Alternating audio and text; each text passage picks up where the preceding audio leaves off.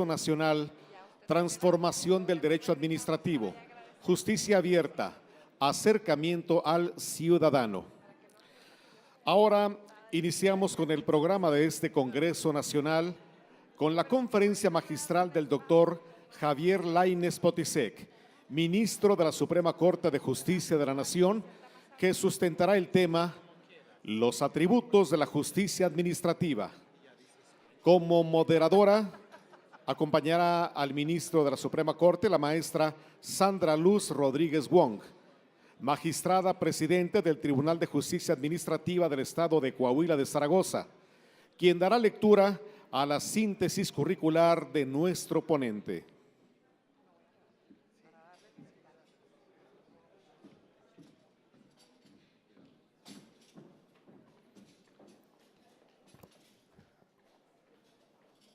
Buenas tardes.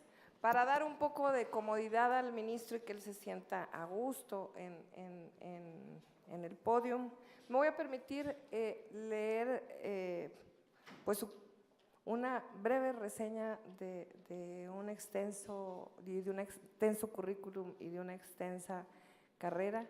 Agradecemos al ministro nos acompañe el día de hoy y me voy a permitir bajar con mis compañeros para que él tome el podio y después regresamos. Doctor Javier Lainez Potisek, ministro de la Suprema Corte de Justicia de la Nación, licenciado en Derecho con maestría y doctorado en Derecho Público por la Universidad de París, fue consejero jurídico adjunto por más de 10 años, subprocurador jurídico de Asuntos Internacionales en la Procuraduría General de la República, procurador fiscal, magistrado de la Sala Superior del Tribunal Federal de Justicia Administrativa, entre otros cargos. Es ministro de la Suprema Corte de Justicia de la Nación desde el 2015 y presidente de la Segunda Sala de este alto tribunal desde el 2019. Ha sido profesor del Colegio de México y actualmente del CIDE. Ha recibido condecoraciones tanto del Gobierno de Austria como del Reino de España. Muchísimas gracias, doctor Javier Lainez Potisek. Adelante, el micrófono es suyo. Gracias.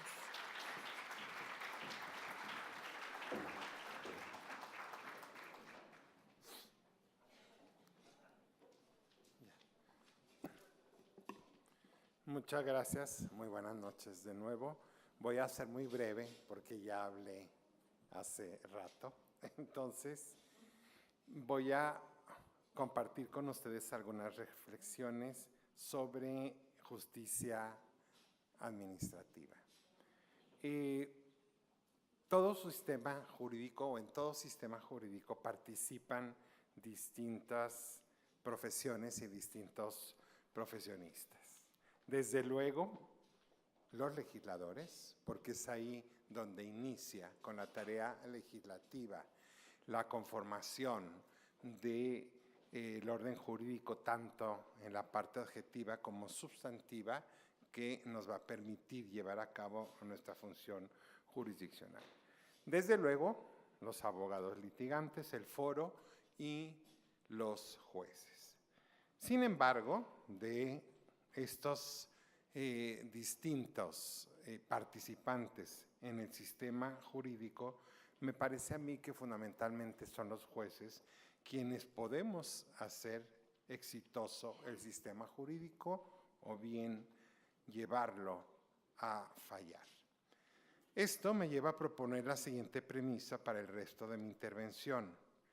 El derecho es tan bueno como buenos sean sus jueces, pues son los jueces la cara del sistema jurídico para los ciudadanos. Pero además, como lo dije hace rato en la ceremonia, en el caso de la justicia administrativa se trata de la cara del Estado frente a los gobernados. Existen dos dimensiones de la justicia administrativa. La externa, que se refiere al sistema jurídico en su conjunto, es decir, los mecanismos, las estructuras, los procesos que aseguran y promueven un buen desempeño de los juzgadores, y una dimensión interna, que se refiere a la calidad y talento del trabajo de cada juzgador, es decir, las cualidades que nuestro trabajo debe tener para cumplir con las expectativas de los gobernados a quienes servimos. Esto no solo se refiere a la dimensión técnico-profesional, sino también a la dimensión ética de nuestra labor. En esta ocasión me referiré a la dimensión externa. Para este efecto, me baso en 8 atributos de la justicia administrativa.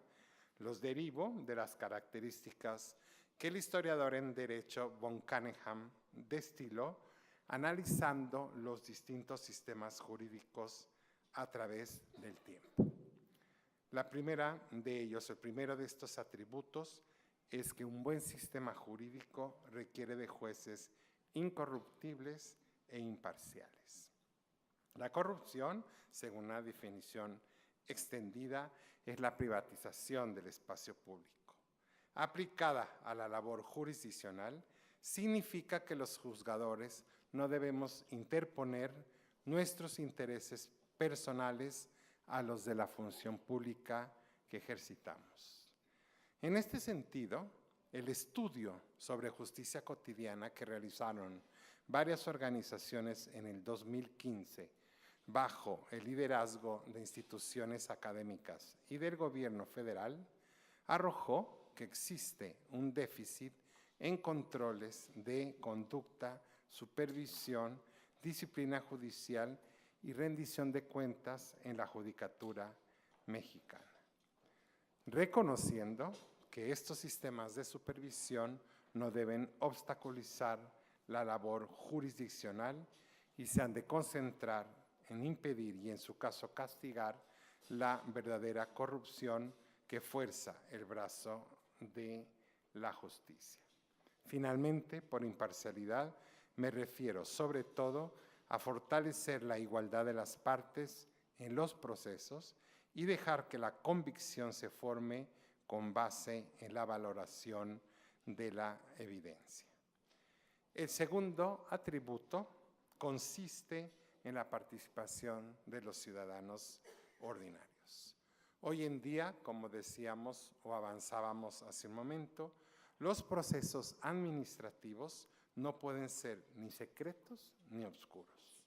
Al contrario, la justicia debe ser abierta a todos los interesados. Tengo la convicción de que la justicia abierta promueve la confianza entre autoridades y los gobernados. Tenemos en México, y yo creo que ustedes consideran conmigo, una gran desconfianza de los gobernados hacia las autoridades, pero también de los funcionarios públicos a los gobernados. Si ustedes ven la relación que existe, desgraciadamente, o que suele existir entre la autoridad y los gobernados, suele partir siempre de la desconfianza. Es decir, el ciudadano engaña y hace trampa, piensa la autoridad. Los ciudadanos parten generalmente de la idea de que la autoridad está ahí para molestarlos y enriquecerse a sus costillas. Si la desconfianza es la base, esto va a permear desde la legislación hasta la jurisdicción. ¿Por qué desde la legislación? Porque entonces las leyes se hacen tortuosas, complejas, precisamente con un ánimo de suplir o, digamos, atender esta desconfianza natural que guía esta relación. Los procedimientos administrativos se hacen burocratizados y complejos, así como, desde luego, la función jurisdiccional. ¿Qué tenemos que hacer entonces? Primero, destruir esta premisa que basa esta relación de ciudadano-gobierno en la desconfianza. Un ejemplo, si ustedes quieren ver, de esta desconfianza es la falta de efectividad de los recursos administrativos o recursos que se resuelven en sede administrativa y que, en lugar de servir para bajar la litigiosidad de los asuntos, solo aumentan el tiempo de resolución y no impiden que se resuelvan de otro modo, sino mediante el juicio o los juicios de nulidad, es decir, siempre en sede jurisdiccional. Esto solo es un ejemplo, porque precisamente, y bajo el modelo francés, que es de donde fundamentalmente proviene nuestro sistema de justicia administrativa, estos medios de resolución en sede administrativa de la controversia, lo que hacen es precisamente o pretenden acercar al ciudadano con el gobernado. Solamente a manera anecdótica, déjenme decirles, y estamos hablando de 87 más o menos, cuando yo estudiaba en Francia, viviendo en París, me contaba uno de los amigos, personas que también estaban haciendo un doctorado, que introdujo en una ocasión una computadora de Estados Unidos a Francia, pero la computadora que le iba a servir para hacer su tesis doctoral. Hizo su declaración en aduana y luego hizo una solicitud simplemente a mano ante la autoridad fiscal para obtener, digamos, la exención del impuesto al valor agregado, porque la computadora serviría para hacer unos estudios doctorales y en una petición sencilla de esta manera obtuvo, para mi sorpresa, esa deducción del IVA. Bueno, pues entonces yo hice lo mismo, no con el IVA en la computadora, pero bueno, yo tenía un pequeño departamento en París una vez que salí de Ciudad Universitaria, que era mucho más barato. Tenía un pequeño departamento en París, 25 metros cuadrados. No obstante, el tamaño de la superficie, pues París es muy caro. Y para un becario, para alguien que tenía una beca, pues lógicamente siempre será caro. En la época había un impuesto local, solo por habitar el inmueble, como una especie de una tasa por arrendamiento. La taxa de habitación se llamaba este impuesto, que aún, para alguien, para un estudiante mexicano becario, pues lógicamente me carcomía una parte importante de mi beca. Hice lo mismo, hice una solicitud por escrito a una autoridad que tenía cara y que yo podía conocer para solicitarle, acreditándole con copias mi constancia de beca, mi constancia de seguridad social y el tiempo que yo iba a estar en París, y para mí, escrita a mano. Para mi sorpresa, 2 semanas después me llegó también la exención de la taxa de habitación como estudiante.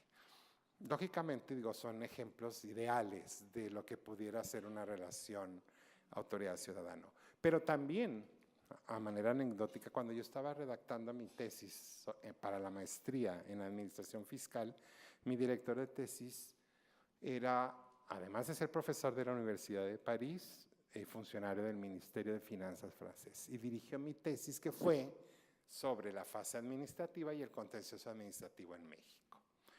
Y yo recuerdo, porque me marcó mucho desde entonces, cuando él lee la parte administrativa, es decir, los requisitos del recurso administrativo, me dijo, pero ¿cómo? Esto requiere de un abogado en su país. Esto no lo puede hacer un ciudadano. La verdad me dejó mudo en el momento, porque dijo, ¿y entonces cuántos litigios llegan al contencioso? Porque en Francia llegar al contencioso es una excepción. Es porque esto no se arregló en sede administrativa. Termino la parte anecdótica, pero solamente para transmitirles cómo a veces con pequeños cambios puede hacerse mucho en materia de justicia administrativa. El recurso administrativo en México muchas veces pues no se ve sino simplemente afortunadamente hoy optativo, ya no hay los obligatorios o casi no hay el recurso obligatorio, pero como una estrategia para ver si se agota o no se agota el recurso, pero nunca o muy rara vez como un medio efectivo de terminar la confrontación frente a la autoridad con una autoridad que tenga cara y que pueda ayudar a resolver el problema. Otro ejemplo son los acuerdos conclusivos. Los acuerdos conclusivos fue precisamente una idea ante la eficacia de esto que se introdujeron en el Código Fiscal de la Federación y que permiten o que tienden precisamente, primero, acercar, en este caso, al contribuyente con la autoridad fiscal. Platicar con el contribuyente en fase de auditoría, ¿sí? Y ver precisamente que puede haber una relación de confianza, donde no hay una mala fe del contribuyente en la interpretación que él hace de la norma y que por eso actuó de esa manera y la autoridad que la interpreta de otra manera. Bueno, pues entonces se puede llegar a un acuerdo antes de terminar el acta final y que evite precisamente el contencioso administrativo. Estas son maneras, me parece a mí, de acercar la justicia administrativa al ciudadano y creo que tenemos que explotarlas. Las soluciones alternativas las vemos hoy mucho para el derecho penal, pero ¿por qué no intentar ser creativos y utilizarlas cada vez más en la justicia administrativa? Sé que yo fui magistrado de la Sala Superior también, que en legalidad son además procedimientos sumamente complejos, muchas veces complejos que requieren un gran desahogo de pruebas, pero ¿por qué no?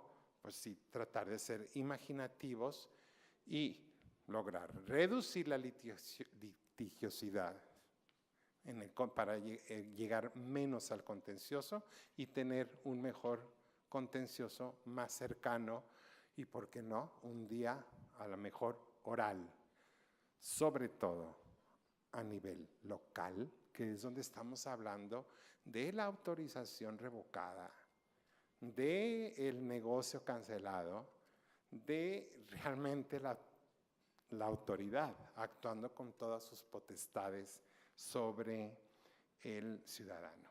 Muy recientemente, hace 2 semanas, la segunda sala de la Suprema Corte resolvió un juicio de amparo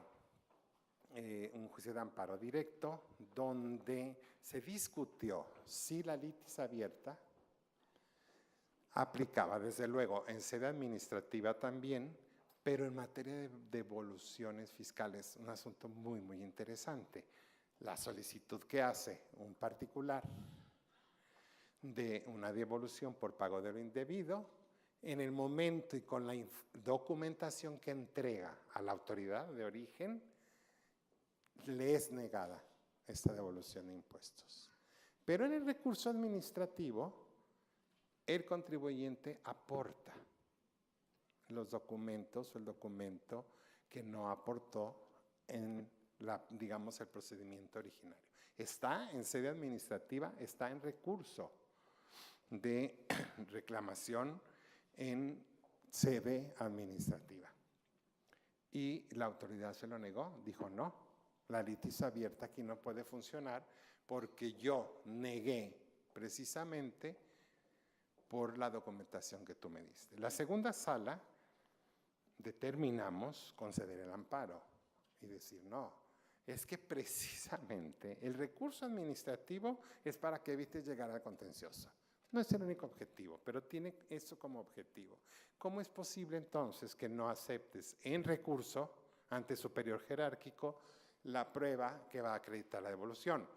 Desconfianza, compañeros. Cuando nos visita la autoridad, como nos visita el litigante, como pasa a ustedes, nos dice, el problema es la regla en el código de los intereses y recargos a partir de cuando empiezan a correr. Y como fue una solicitud otorgada en resolución administrativa, empezarían a correr desde que la solicitó. Y eso no es justo, porque yo resolví con los documentos. Muy, muy, muy interesante el planteamiento. De todas maneras, la segunda sala digo, bueno, efectivamente puede darse y puede haber abusos, pero no podemos decidir que no prevalece el principio de litis abierta en devoluciones, porque puede haber eventualmente una conducta de este tipo en los contribuyentes. En fin, yo sí quiero, o quise detenerme mucho en esta parte, porque creo que sí tenemos que ser creativos para ver cómo acercamos el contencioso administrativo municipal, estatal y desde luego federal al ciudadano. Y creo que sí hay fórmulas que podemos ir viendo para que esto vaya haciéndose realidad. Es, creo yo, una obligación y que tenemos que al menos reflexionar sobre qué puede hacerse para acercar a los ciudadanos. Desde luego, puedo entender que entran muchos fenómenos y muchos elementos en estas cuestiones. Yo siempre critiqué, por ejemplo, la acción de los contralores internos en la administración, que siempre se designan con criterios políticos y nunca con alguien que de verdad tenga las potestades o las cualidades profesionales para ser un auditor interno. Dije, en un descuido hasta me nombran a mí un día. Pero a lo mejor puedo ser medianamente buen abogado, pero contralor no es mi perfil. Yo no puedo ser contralor. Y les aseguro que en un descuido hubiera sido contralor, no sé, de Pemex o de alguna. ¿Y qué es lo que pasa cuando en nuestros perfiles lo vemos? Cuando en el recurso o cuando en los acuerdos conclusivos o cuando la autoridad está dispuesta a ser menos formalista, el control interno se lo impide. Entonces yo entiendo que entra todo un cúmulo de elementos y de factores en esta tarea. La tercera característica consiste en el reclutamiento democrático de los jueces. Los jueces no deben ser miembros de una casta hereditaria y cerrada. Al contrario, la carrera judicial debe estar abierta a todos en igualdad de circunstancias y representar la diversidad social.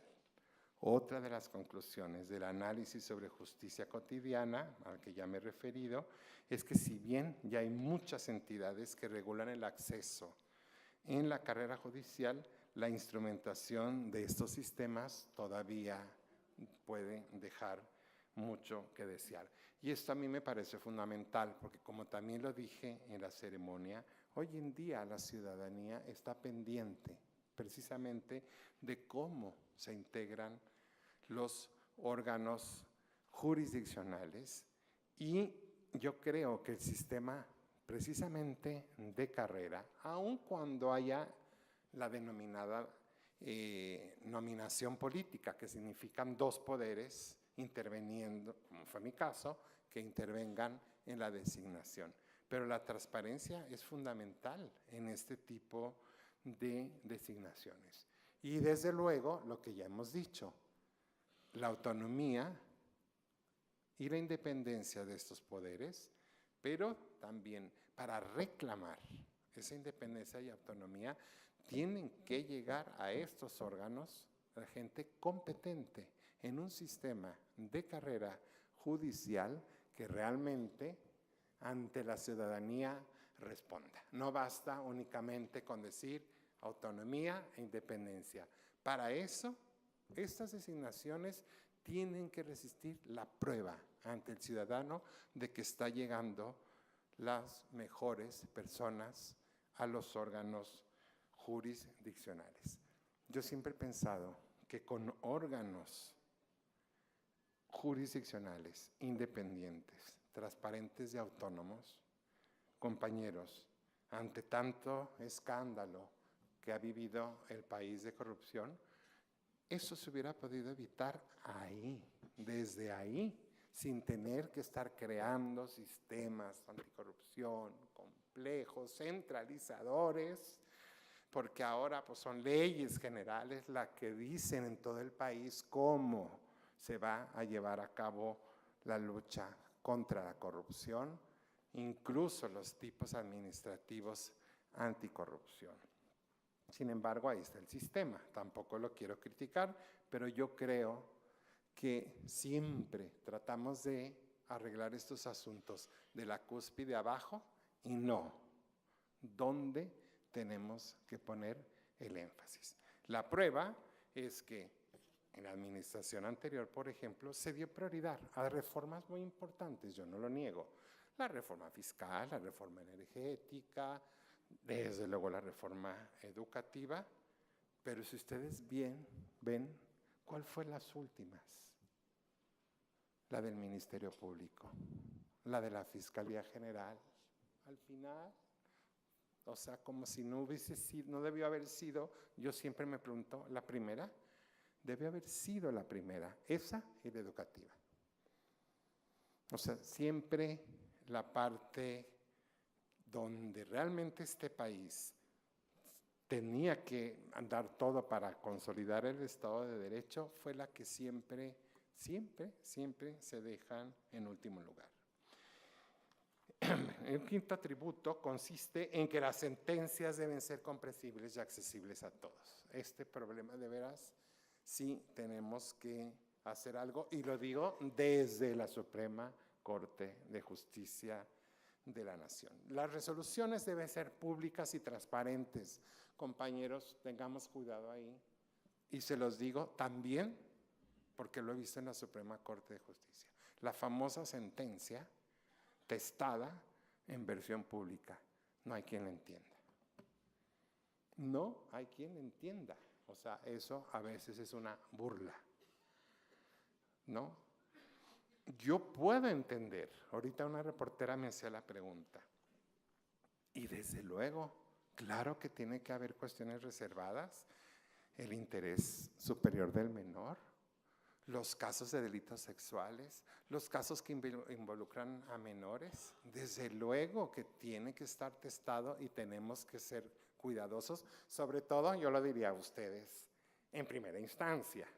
Desde luego, cuando llegue el amparo en revisión a la Corte, pues ya viene todo el procedimiento. Lógicamente, es mucho más difícil que habiendo llegado en revisión en un amparo directo, por ejemplo, a la Corte, pues ahí se exija, aunque nos ha pasado. Empresas que no, pues, dato personal, no, ¿cómo? La sentencia en justicia como dato personal, no, pues entonces salen por eso todas testadas así. Entonces, una cosa es el menor, una cosa son los delitos sexuales, una cosa son todo eso que sí estamos obligados por ley a proteger y a testar en una sentencia, pero tampoco que simple y sencillamente todo tenga que estar testado, pues porque es el nombre. ¿Sí? La segunda sala decidió no testar el nombre en las, porque imagínense, además se publican las sentencias que hablan de constitucionalidad. Yo dije, ¿y entonces cómo publicamos la sentencia testada? Incomprensible, desde su publicación no sirve absolutamente de nada. Pero decía yo, entonces, deben ser comprensibles, accesibles a todo, y ahí sí tenemos que hacer un gran esfuerzo, pues, para redactar de una manera mucho más accesible. Parecen cosas nimias, pero no son así. Nosotros en el Canal Judicial Federal tenemos un ejercicio que nos permite tratar de explicar ciertas sentencias, pero eso no basta, la publicación no basta si la gente no entiende la sentencia. Hoy en día tenemos, claro, esa es otra cosa, la sentencia en formato sencillo, pero para comunidades indígenas y personas con discapacidad, pero eso no es la idea tampoco.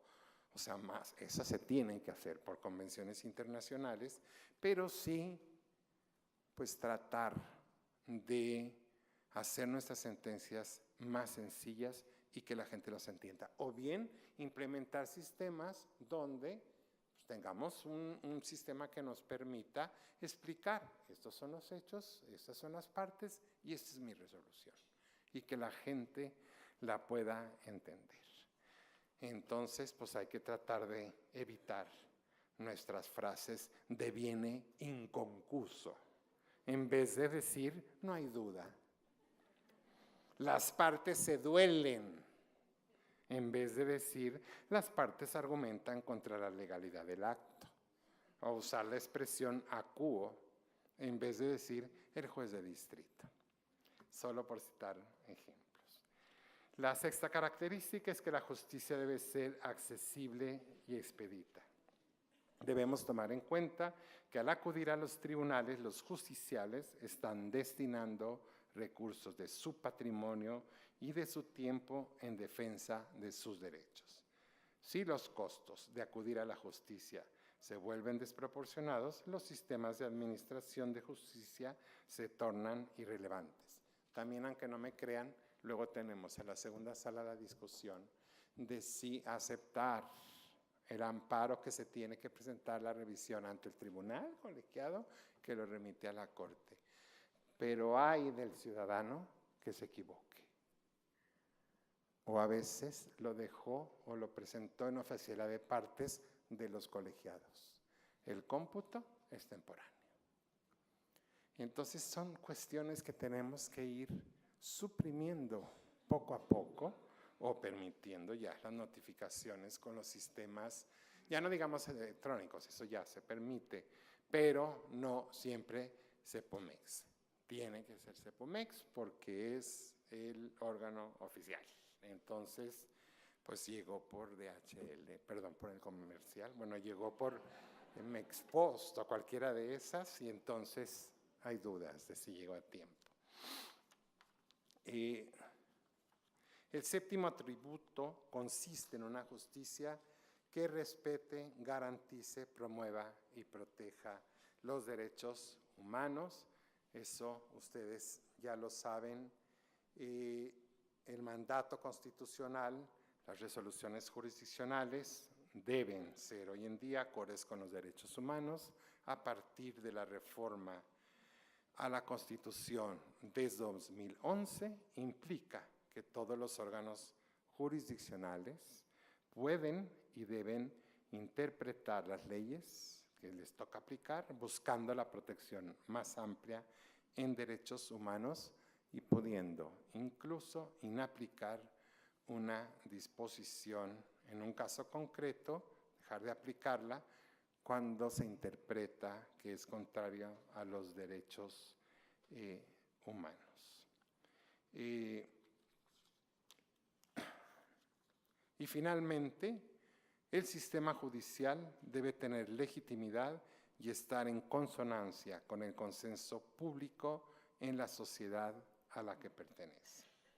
Por un lado, este atributo está relacionado con cierta cercanía de los juzgadores, tanto de los justiciables como con la sociedad de la que forma parte. Por otro lado, también tiene que ver con el prestigio social aparejado a la labor jurisdiccional. Esto es un gran reto.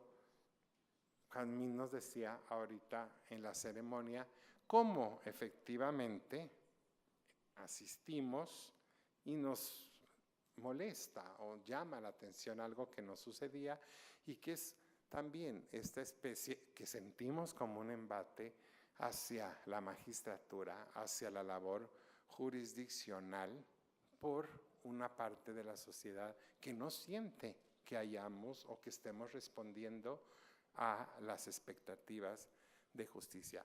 Y eso a todos los niveles hasta llegar a la Suprema Corte de Justicia. Entonces aquí sí tenemos un gran reto y el reto no es salir a los medios ni hacer exposiciones tampoco. Simple y sencillamente es mejorar, procurar acercarnos a la ciudadanía a través de estos elementos y de los otros que ustedes van a compartir durante estas horas, durante estos días siguientes en materia de justicia administrativa. No estamos tan mal, pero tampoco estamos muy bien evaluados por la ciudadanía cuando vienen las encuestas que miden precisamente cómo ve el ciudadano a la justicia. Un ciudadano que además no distingue para él que le digamos, es que eso es federal, es que eso es estatal, es que eso es municipal. Él no entiende eso ni tiene por qué entenderlo. Él lo que quiere es un reclamo de justicia. Decía Montesquieu que los jueces tienen el papel de ser la boca de la ley, así lo decía. Considero, sin embargo, que la función jurisdiccional es más que eso, es el corazón del derecho, el punto neurálgico donde se aplican las leyes y las teorías jurídicas, el punto de partida donde se inspiran los legisladores. En la función jurisdiccional está el pivote de todo el sistema jurídico. Muchísimas gracias y mucha suerte para esto.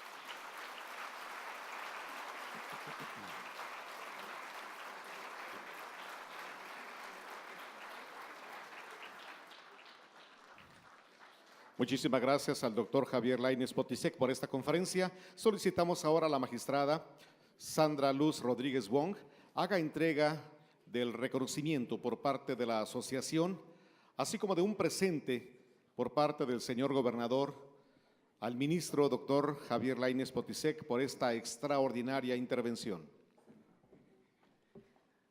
Doctor, ¿aceptaría usted algunas preguntas? Sí, claro. ¿Sí? Adelante, 3 preguntas solamente.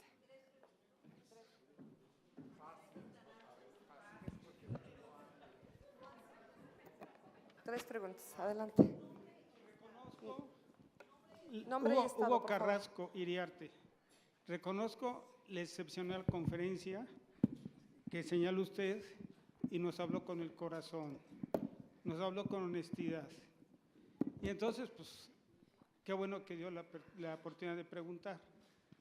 Un punto que me gustaría un poquitito que más lo ampliara sería el de la administración de justicia, tanto hacia adentro como hacia afuera.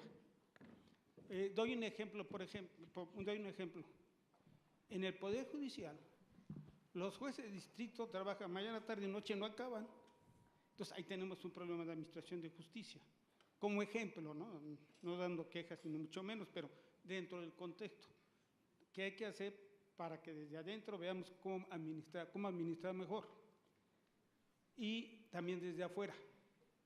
No basta que se dicte una sentencia de la justicia de la Unión Ampara y protege, y ahí se acabó todo. Porque después, en cuanto a cumplimiento, son dificultades. En ocasiones la autoridad trata de cumplir, pero se le complica, sobre todo el aspecto de dinero, de indemnizaciones, de devoluciones. Entonces, yo pienso que ahí debe dar un pasito más el Poder Judicial. Es decir, pues vamos a dialogar, así como habló de los acuerdos conclusivos, pues así buscando una cosa, no es lo mismo obviamente, porque hay sentencia, pero que se pueda lograr que realmente se dé una solución, penetrando en lo que es platicando con las autoridades, porque al final de cuentas es administración de justicia, platicando con las autoridades. Y la siguiente pregunta es 2 en 1. Aquí, inspirados con mi esposa, la mamá de Rebeca Carrasco, está conmigo, ella es experta en mediación. Entonces dije, pues le voy a preguntar, ¿hasta dónde punto podrá entrar?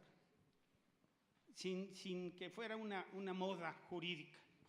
¿Hasta qué punto puede entrar la mediación en el ámbito del Poder Judicial para lograr realmente resolver los conflictos?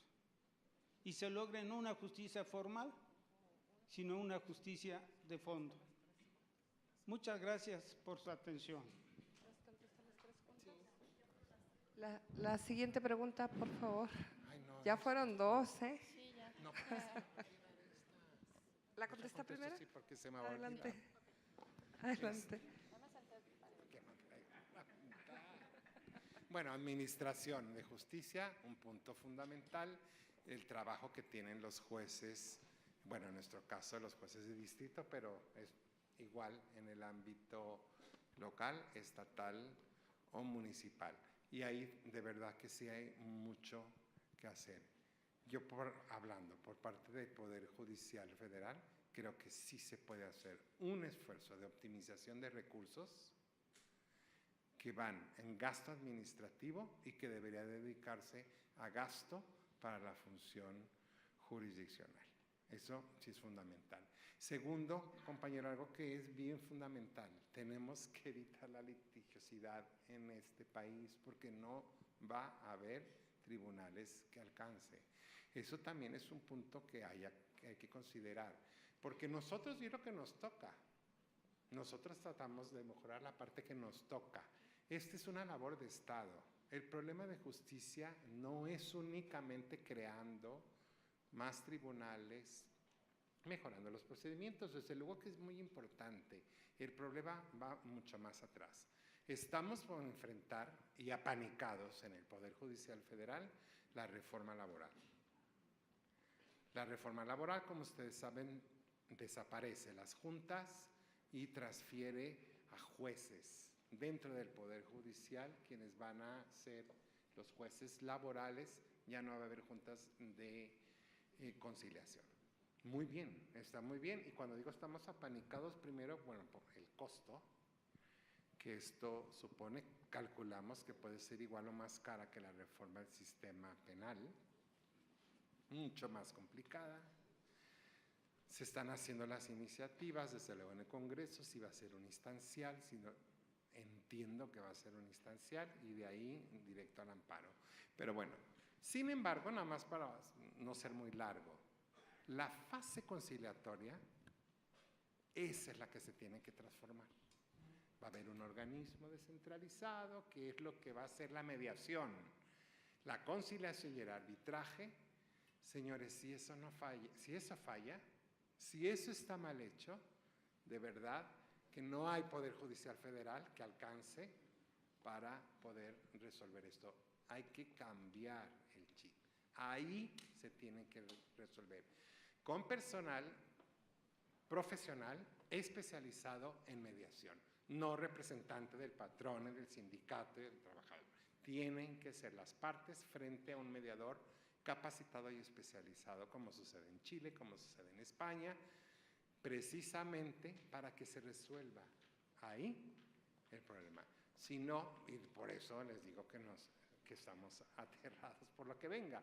Si eso no funciona, lógicamente va a saturar al Poder Judicial y vamos a gastar miles de millones de pesos en construcción de juzgados y, desde luego, en la capacitación de los nuevos jueces laborales. Y un último punto que me parece advertir de tus preguntas y que es un punto bien importante, la ejecución de las sentencias. Es cierto, la ejecución de las sentencias en el contencioso, nosotros lo veíamos en el contencioso federal, también son tortuosas y no se dan los instrumentos a los tribunales contenciosos administrativos para ejecutar sus sentencias. La frustración ciudadana es enorme porque concluye su juicio, llega hasta el juicio de amparo, concluye con una sentencia y la ejecución en justicia administrativa es muy lenta. Gracias, gracias.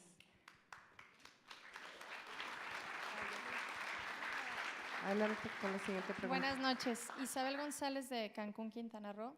Ahorita escuchándolo, doctor, estaba haciendo un resumen para mis compañeros en Quintana Roo y les resumí los 8 puntos que usted expone y me atreví a agregar a su conferencia que yo eliminaría la prohibición que hay de la suplencia de la queja deficiente en el contencioso administrativo, porque eso nos tiene un poco maniatados cuando estamos viendo asuntos en los que es muy claro que es a favor del ciudadano y no podemos suplir una demanda que no está bien argumentada o que no argumentó una de las cuestiones que para nosotros son evidentes. ¿Usted qué opina al respecto de eliminar esta prohibición en el contencioso administrativo? Que desde mi perspectiva entiendo por qué no se hace, porque la contraparte es el Estado y evidentemente le pegamos al presupuesto, pero hablando de una justicia abierta, tendríamos que eliminarla. ¿Qué opina usted al respecto? Está muy difícil, ¿eh? Adelante. La verdad, nunca lo había meditado, se me hace muy interesante como cuestión. No es nada más porque sea el Estado, creo yo. ¿Sabes qué podría pensarse? Digo así a bote pronto, en que no tenga que ser generalizada. Te iba a decir, no es nada más porque la contraparte es el Estado, sino también porque depende del contencioso administrativo. Tú puedes poner un contencioso administrativo municipal o local donde está yendo el ciudadano porque le clausuraron la taquería. Pero bueno, también tienes el contencioso administrativo federal donde pues la empresa tal está solicitando una devolución de 1,000 millones. Y entonces tú dices, voy a suplir la queja ahí. No sé si me explico.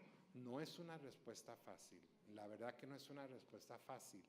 Por eso digo, no nada más es que sea la autoridad, sino que el tipo de contencioso es tan variado que donde tú lo puedes legitimar muy bien para decir la persona que tiene el changarro, digo, ¿por qué no voy a suplir una deficiencia de queja a un contencioso fiscal que per se, al menos a nivel federal, es un contencioso de élite? No todo el mundo llega a la sala superior y no todo el mundo llega en amparo directo a la Suprema Corte en un asunto fiscal. Así es. Gracias. Adelante, compañero.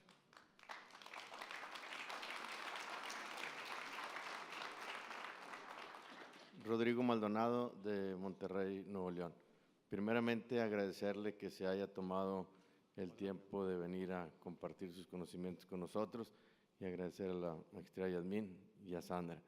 La verdad es que, primeramente, felicitarlo porque se atreve a tocar temas como el de la honorabilidad de los jueces y la cercanía que debe de tener con los ciudadanos.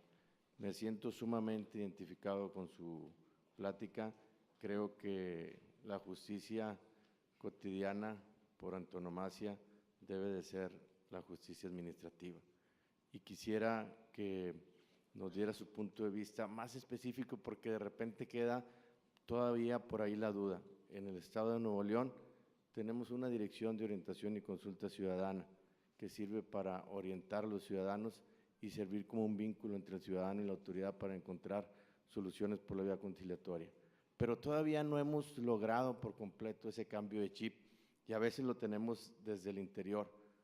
Yo soy un convencido de que los métodos alternos, en específico la conciliación, es una forma de acercar la justicia al ciudadano y una forma de ser un filtro para la labor jurisdiccional y que queden cada vez menos demanda. Muchas gracias.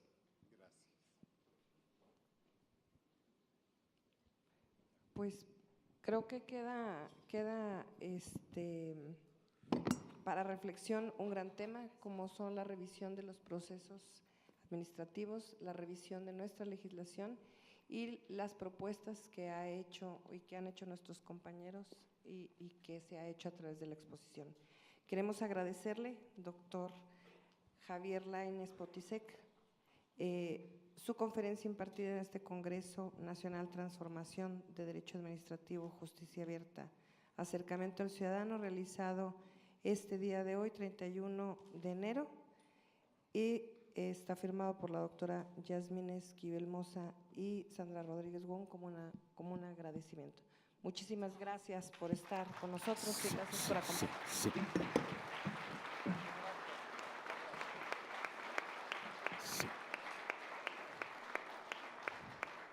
Así es como se le reconoce la participación al doctor Javier Lainez Potisek, ministro de la Suprema Corte de Justicia de la Nación, por esta conferencia magistral dictada dentro de este Congreso Nacional, Transformación del Derecho Administrativo, Justicia Abierta, Acercamiento a la Ciudadanía. Gracias a él y a todos ustedes por su asistencia, su participación, y mañana las actividades empiezan a las 10 de la mañana. A todos los asistentes que han acudido el día de hoy y que van a participar en la siguiente actividad, que es la cena en el Museo del Desierto, les invitamos a abordar los autobuses para ser trasladados a ese museo, a donde los llevarán. Y mañana les pedimos que estén a las 9:45 de la mañana en este recinto para dar continuidad a la jornada de esta conferencia el próximo